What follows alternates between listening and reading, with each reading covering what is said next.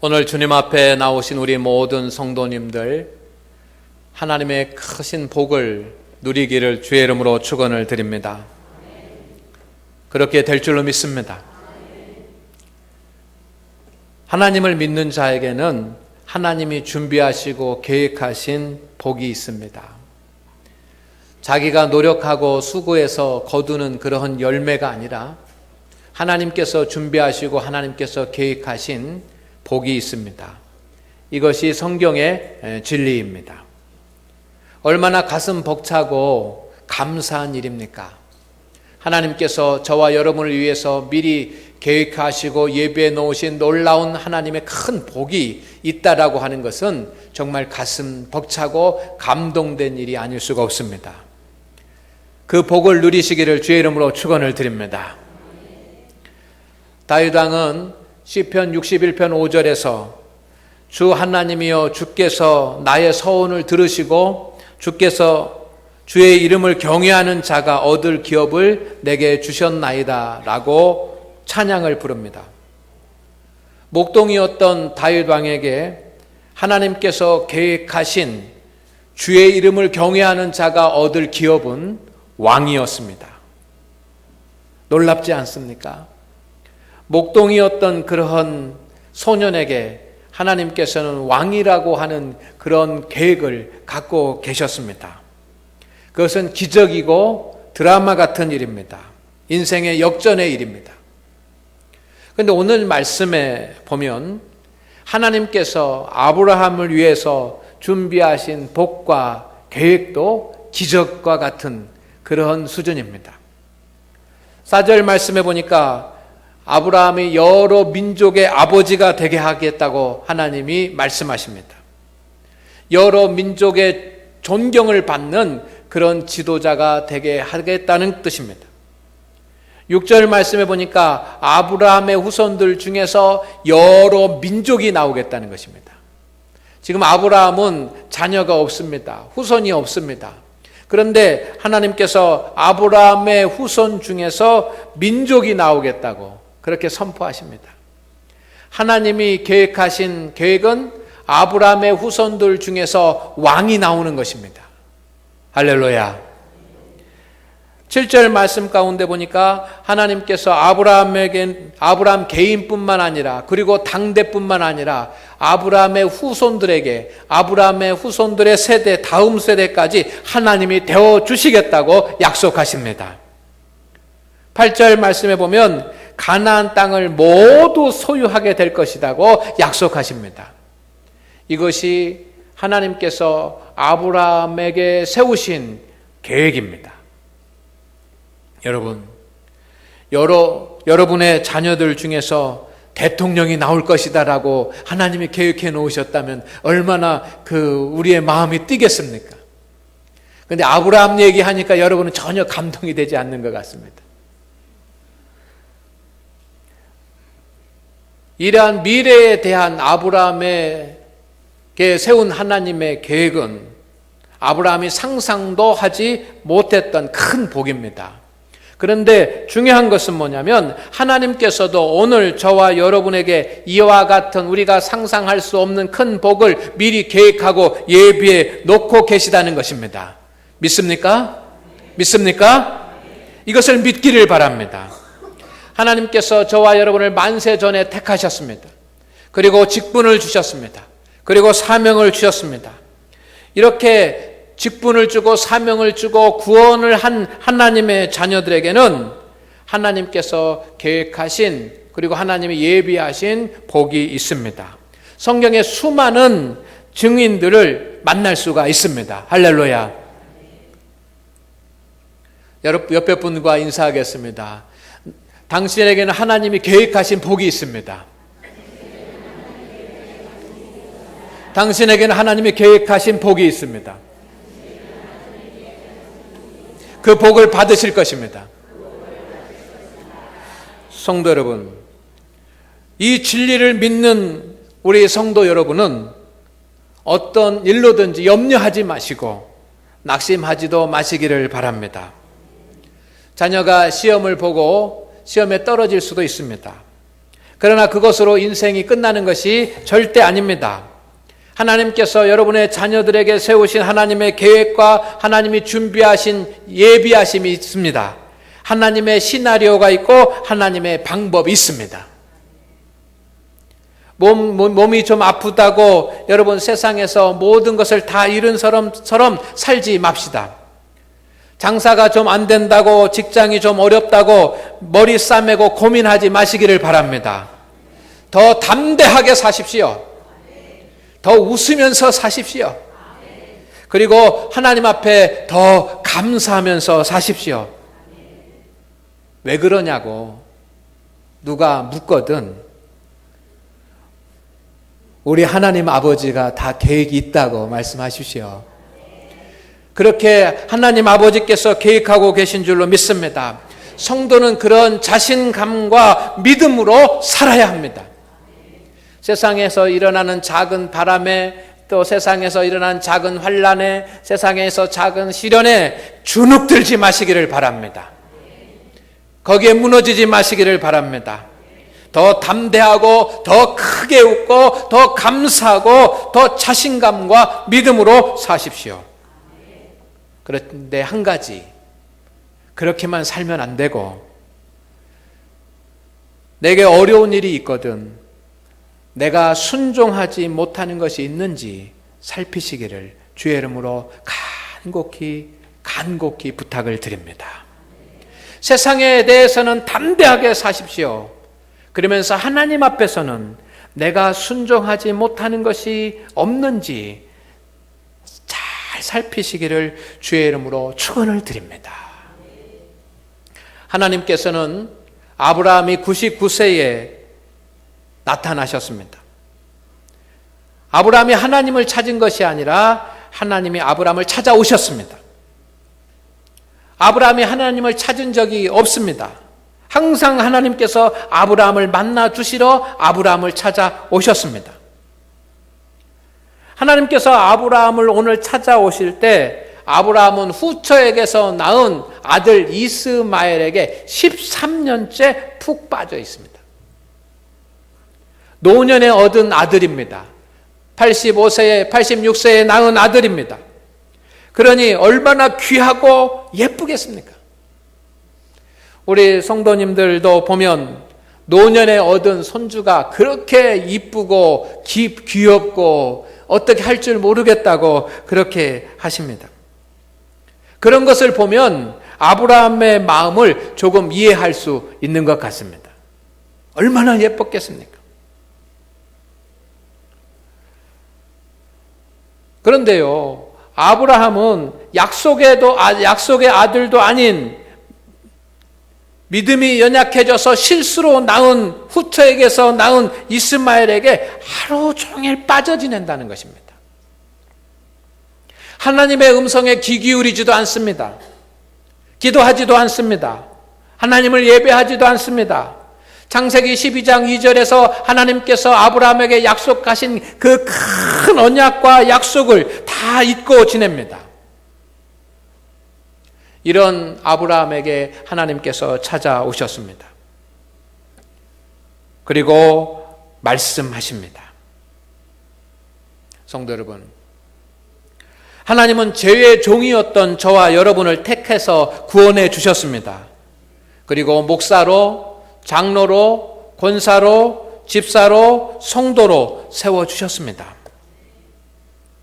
그렇기 때문에 우리는 세상에서 살지만 세상에 빠져 지내면 안 됩니다. 세상에 빠져서 하나님의 은혜와 하나님의 계획과 하나님의 사명을 잊고 지내면 안 됩니다.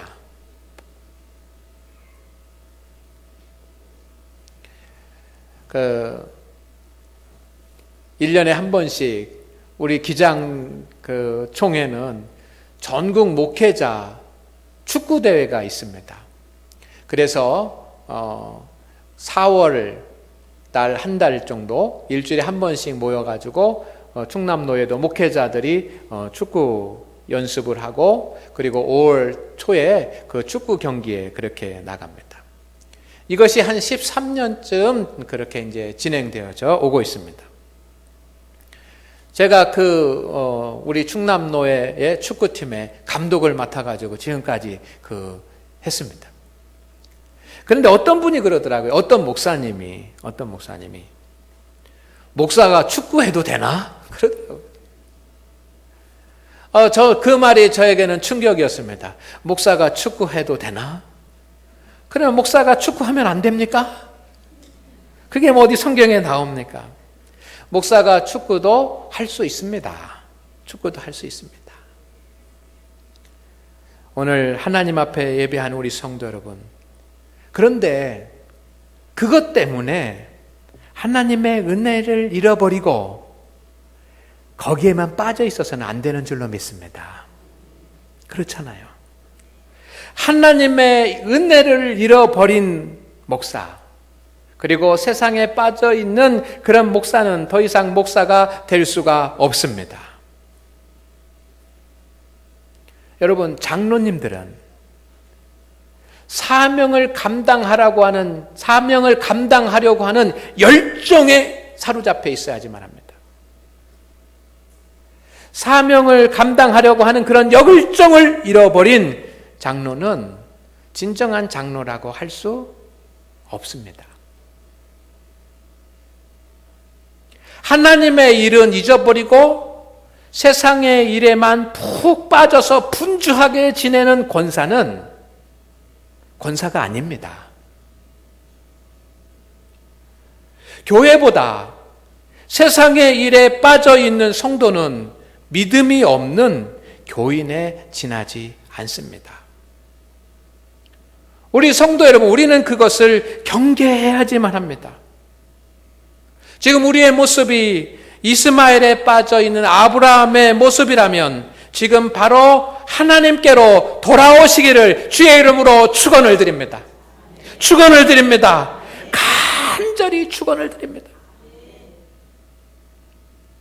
하나님이 찾으실 때, 하나님이 여러분을 부르실 때 그때를 놓치지 마십시오.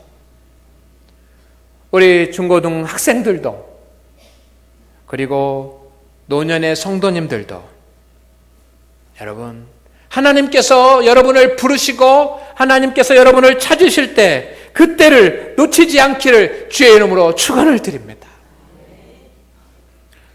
병원에 신방을 가면 성도님들이 간절히 하나님을 의지하는 모습을 봅니다.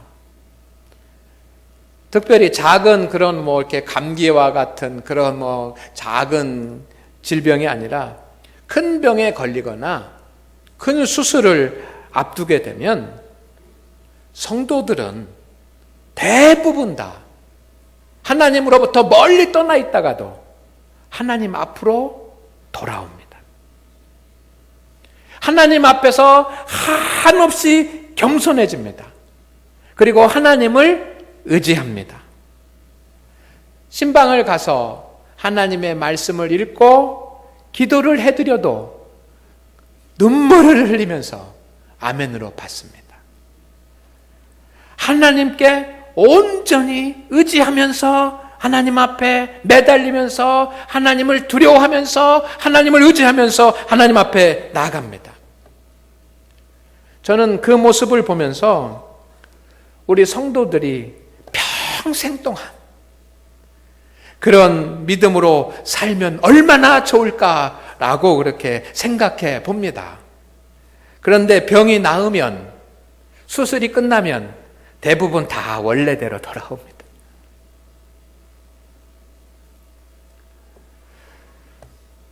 하나님께서 우리를 찾으시고 하나님께서 우리를 부르실 때 우리 성도 여러분, 겸손한 마음으로 주님 앞에 서기를 주의 이름으로 축원을 드립니다. 오늘 하나님께서 아브라함에게 말씀하십니다. 따라합니다. 나는 전능한 하나님이라. 나는 전능한 하나님이라. 하나님은 모든 것을 이루실 수 있는 분이십니다. 하나님은 하나님의 자녀들을 위해서 세운 계획을 이루실 수 있는 부족함이 없는 분인 줄로 믿습니다. 하나님은 아브라함이 이 진리를 알기를 원했습니다. 나는 전능한 하나님이라. 나는 전능한 하나님이라. 그 아브라함에게 말씀을 합니다. 그러면서 부탁을 합니다. 뭐라고 부탁을 하냐면 너는 내 앞에서 행하여 완전하라. 너는 내 앞에서 행하여 완전하라. 내 앞에서 행하라라고 하는 말은 하나님 앞에서 걸으라고 하는 뜻입니다. 하나님 앞에 걸어서 완전해지도록 힘쓰라고 하는 뜻입니다. 모든 것을 감찰하시는 하나님, 우리의 중심까지 다 꿰뚫어 보시는 그 하나님 앞에서 걸어가는 일이 얼마나 부담되는 일입니까? 하나님 앞에서 걷는 사람이 하나님의 뜻에 합당하게 어떻게 걸어갈 수가 있겠습니까? 우리는 연약하고 부족해서 어떻게 보면 하나님의 앞에서 완전하게 합당하게 걸어갈 수 없습니다.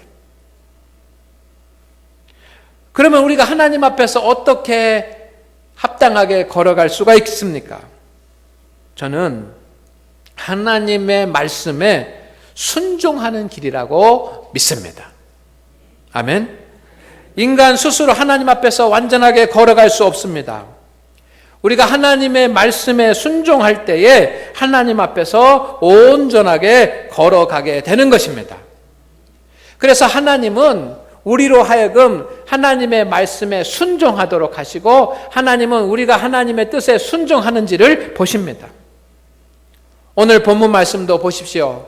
오늘 본문 말씀에도 하나님은 역시 순종할 과제를 아브라함에게 주십니다.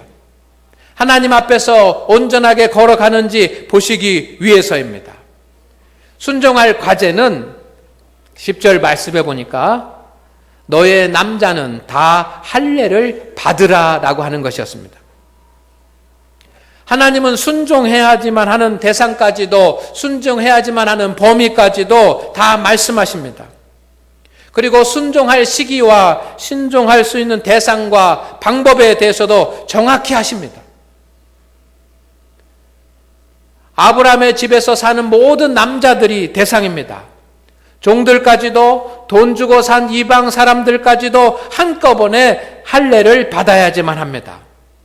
차례대로 한 사람 한 사람 받으면 안 됩니다. 즉시 받아야지만 합니다. 할례는 남자의 주요 부위의 표피를 잘라내는 일입니다. 요즘은 병원에서 해도 고생을 합니다. 그런데 의사도 없고 수술 장비도 없고 마취제도 없고 진통제도 없던 시절에 생사를 잘라내는 일이 얼마나 고통스러운 일이었겠습니까? 일주일 이상 움직이지 못하고 살이 애는 그런 고통을 참아야지만 합니다. 아브라함 본인도 두려운 일이었을 것입니다. 그런데 사랑하는 아들 13살밖에 되지 않는 이스마엘의 당할 고통을 생각하면 얼마나 마음 아픈 일이겠습니까? 또한 당시에는 모든 남자들이 이렇게 일주일 동안 고통 중에 들어 누워 있는 것은 위험한 일이었습니다. 어떤 부족이 침략을 해서 남자들을 죽이고 재산을 빼앗아가고 여자들을 겁탈해 갈지 모르는 그런 일입니다. 그렇기 때문에 바보가 아니면 그렇게 하지 않을 것입니다. 그런데 하나님은 그렇게 하라고 하십니다. 순종을 보시기 위해서인 줄로 믿습니다. 그런데 중요한 것은 성도 여러분 23절에 보면 이에 아브라함이 하나님이 자기에게 말씀하신 대로 모든 남자들을 데려다가 표피를 베었다 그랬습니다. 할렐루야. 할렐루야. 아브라함은 망설이지 않았습니다. 즉시 하나님께서 말씀하신 대로 그대로 순종했습니다. 이것이 아브라함이 하나님이 예비하신 복을 받은 기준입니다. 오늘 아브라함의 이 순종을 우리가 배워야 될 줄로 믿습니다. 성도 여러분, 하나님께서 여러분 한 사람 한 사람에게 세우신 계획과 내려주실 복을 준비하고 계신 것을 믿으십시오.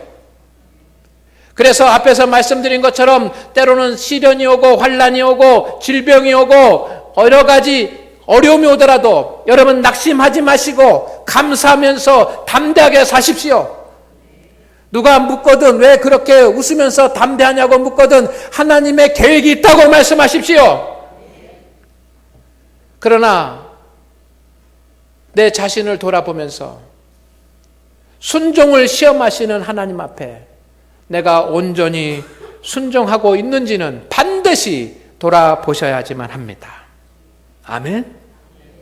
성도 여러분, 하나님은 순종을 시험하십니다.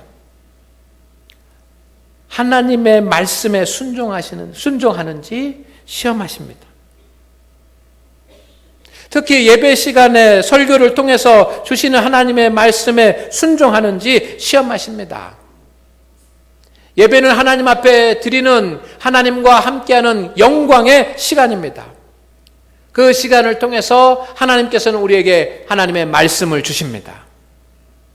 여러분, 나에게 주시는 하나님의 말씀으로 집중해서 들으시기를 바랍니다. 딴 생각하면 안 됩니다. 여러분, 자세를 바르게 하고 우리의 귀를 들고 하나님 앞에 집중해서 하나님의 말씀을 예배 시간에 들어야 될 줄로 믿습니다. 그리고 주신 하나님의 말씀을 붙잡으십시오.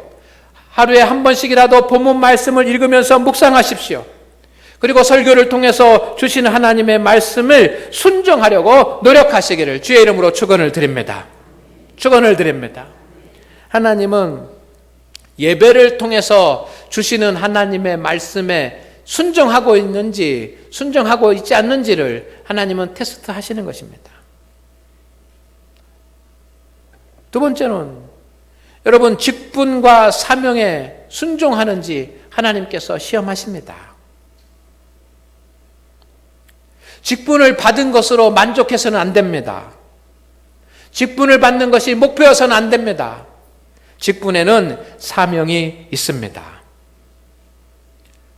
하나님께서 목사로 세우셨습니다. 그런데 하나님께서는 제가 목사의 직분에 순종하는지 시험하십니다. 아멘. 설교가 잘 준비될 때는 좋지만 설교가 준비가 잘 안 되면 너무 힘듭니다. 그런데 설교를 위해서 목사가 가장 해야지만 되는 가장 중요한 일은 무엇일까요? 그것은 하나님의 말씀을 많이 읽는 것입니다. 말씀을 연구하는 것입니다. 성경을 연구하는 것입니다. 설교를 위해서 목회가 아무리 바쁘다고 하더라도 성경을 깊이 읽고 많이 읽고 연구해야지만 합니다. 저는 그런 느낌을 받습니다. 하나님이 성경을 깊이 읽는지 하나님이 시험하신다. 성경을 놓으면 하나님께서 말씀을 주시지 않습니다. 왜냐하면 설교는 사람의 말이 아니기 때문입니다. 하나님은 목사도 그 목사의 직분을 잘 감당하는지 목사의 직분에 순종하는지 하나님께서 테스트하고 계시는 것을 여러분 믿으시기를 바랍니다. 저는 그것이 두렵습니다.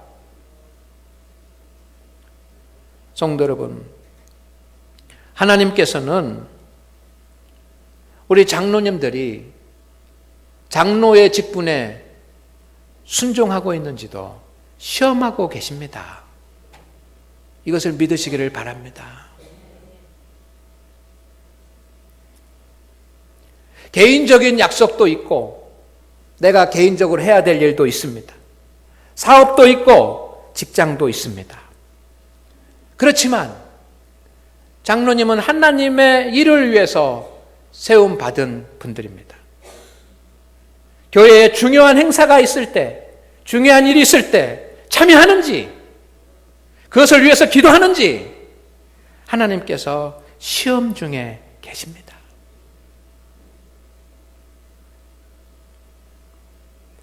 하나님께서 우리 권사님들 직분에 충성하고 있는지 시험하십니다. 지난번 권사 기도회가 처음으로 열렸습니다. 우리 교회는 33명의 권사님이 계십니다. 그런데 기도회 하겠다고 하니 11분 나오셨습니다. 하나님은 시험 중이십니다. 피치 못해서 못 나오신 분들이, 몸이 아파서 못 나오신 분이 몇 분 계실 거라고는 생각을 합니다. 그렇지만 33명 중에 22명이 안 나오면 안 되지 않습니까?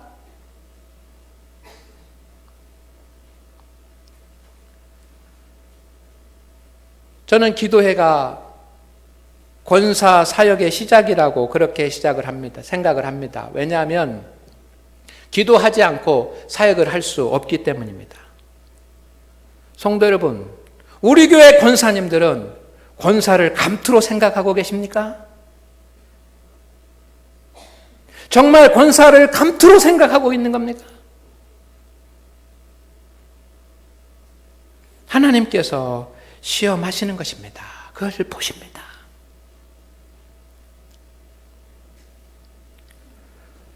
여러분, 교사 선생님들 이제 여름 행사가 있습니다. 매주 나와서 아이들을 가르치고 지도하는데 얼마나 힘들고 피곤합니까? 여러분, 그런데 교사의 직분은 매일 주일 나온다고 교사의 직분이 되는 게 아닙니다. 주일마다 정해진 시간에 교회에 나와서 앉아 있다고 그것이 교사의 직분을 감당하는 것이 아닙니다. 철저히 가르칠 준비가 되셨습니다. 철저히 아이들을 가르칠 준비를 하고 주님 앞에 나오는지, 하나님은 그 직분에 순종하는지 시험하시는 것입니다. 철저히 가르칠 준비가 돼 있어야 학생들을 하나님께서 안심하고 맡겨주지 않으시겠습니까?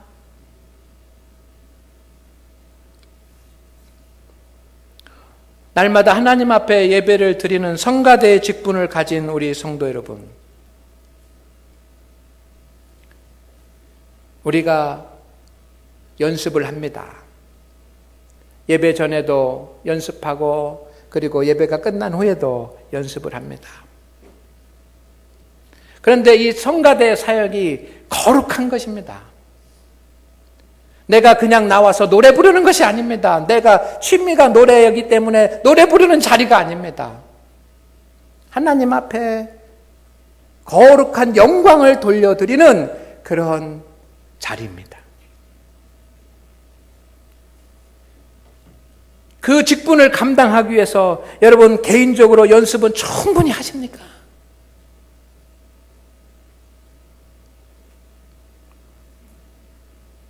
내 소리가 하나님 앞에 쓰임받기 위해서 기도는 하십니까? 기도하지 않을 만큼 그렇게 자신이 있습니까? 하나님은 시험하십니다. 우리의 직분을 온전히 감당하시는지 하나님께서 시험하시는 줄로 믿습니다. 오늘 설교 본문이 길어서 설교도 좀 깁니다. 여러분, 하나님은 내가 하나님의 말씀에 순종하는지 시험하시고, 하나님은 내가 내 맡겨진 직분에 순종하는지 시험하시고, 하나님은 내가 참다운 성도인지 시험하십니다. 성경에 보면 알곡과 쭉정이를 하나님께서 가려내신다 그랬습니다. 알곡과 쭉정이를 가려내기 위해서 바람에 날려 보냅니다.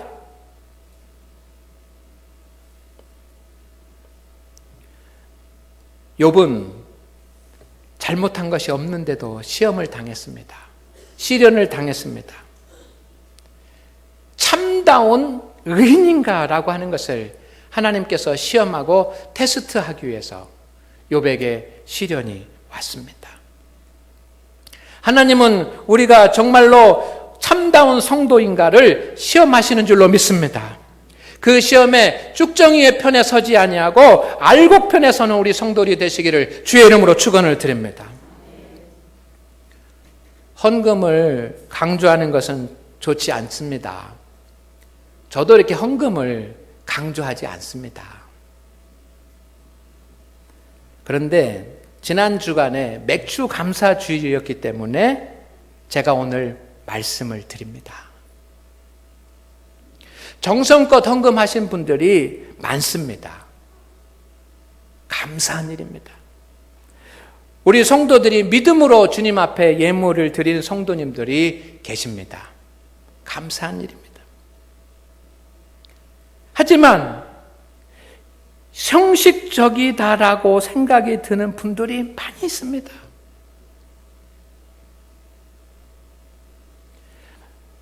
하나님 앞에 정성껏 맥주 감사를 지키는 것이 이것이 순종 아닙니까?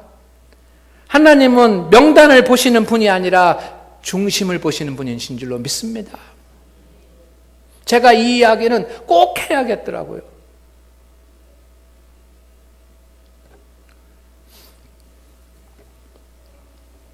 여러분, 주일날 예배를 드리는데 주일 헌금을 드리지 않는 분들이 있어요. 또 11조를 드리거나 감사헌금을 드리면 주일 헌금은 빼먹는 분들이 계세요. 주일 헌금은 예배를 위한 헌금입니다. 우리는 작은 것 하나부터 시작을 해서 정말 참다운 하나님의 성도인 것을 시험하신 하나님 앞에 합격받는 그런 성도들이 되시기를 주의 이름으로 축원을 드립니다. 하나님이 예비하신 축복을 내려주시기 위해서 성도를 시험하십니다. 우리의 믿음의 상태와 우리의 믿음의 중심을 보시는 것입니다. 그렇기 때문에 내게 환난이 오고 시련이 오고 내 일이 잘 안 풀리고 어려울 때는 나는 정말 하나님의 예비하신 복을 받기 위한 충분한 순종하는 사람인가라고 하는 것을 되돌아보면서 살피시기를 주의 이름으로 축원을 드립니다. 순종은 미루지 마십시오. 순종은 미루는 것이 아닙니다. 순종은 타이밍이 중요합니다. 미루다 나중에 하는 것은 순종이 아닙니다. 그것은 이미 때가 지나간 것입니다. 순종은 언제나 즉시입니다. 감동과 깨달음이 올 때 즉시 순종하시기를 주의 이름으로 축원을 드립니다. 아브라함이 하나님의 복을 받았던 것은 그가 순종했기 때문인데 그는 항상 즉시 순종했습니다.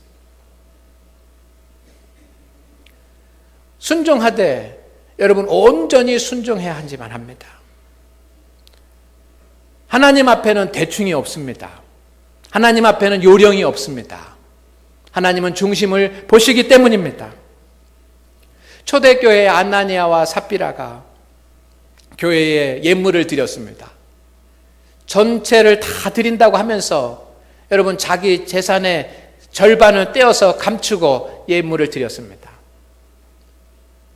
절반이라도 드렸으니 얼마나 중요한 그 감사한 일입니까? 오늘은 그렇게 이야기할지 모릅니다. 사람들은 그렇게 얘기할지 모릅니다. 그러나 하나님은 중심을 보시는 줄로 믿습니다.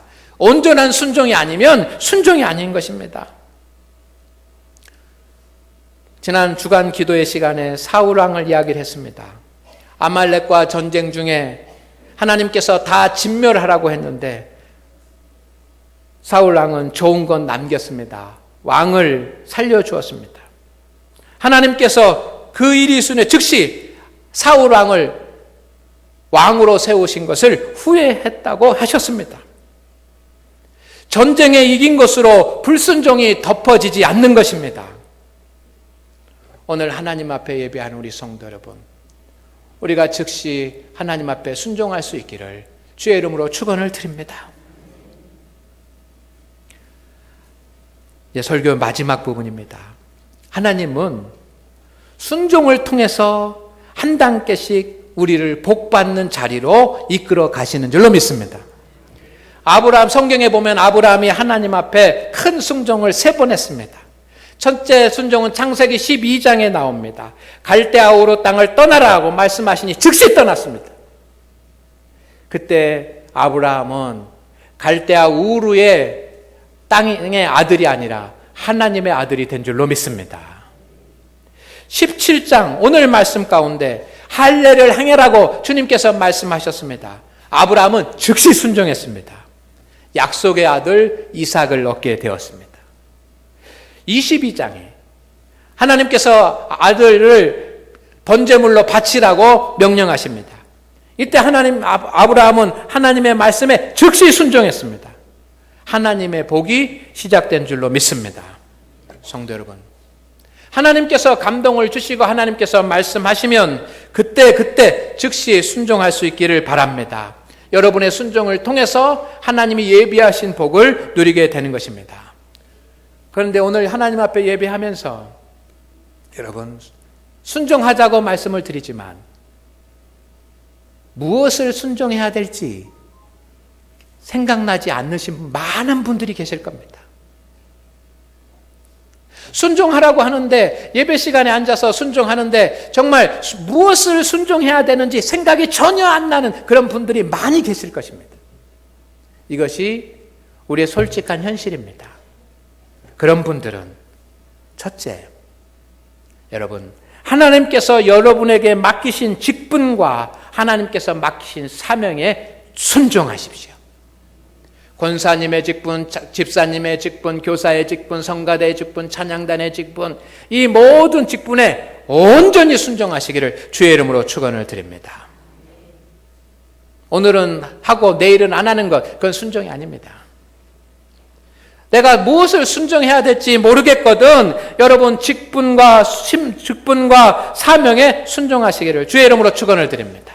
두 번째, 내가 무엇을 순종해야 될지 알지 못하시는 분들은 그리스도인의 성도의 신분에 합당한 삶을 위해서 순종하시기를 주의 이름으로 축원을 드립니다. 그리스도인의 합당한 신분이 무엇입니까? 하나님 앞에 예배하는 일입니다. 그죠? 하나님 앞에 드리는 예배에 순종하시기를 바랍니다. 주일 낮 예배, 오후 찬양 예배, 주간 기도 예배, 예배에 순종하십시오. 기도에 순종하십시오. 말씀 생활에 순종하십시오. 전도하는 일에 순종하십시오. 성도의 합당한 삶에 여러분 순종하시기를 주의 이름으로 축원을 드립니다.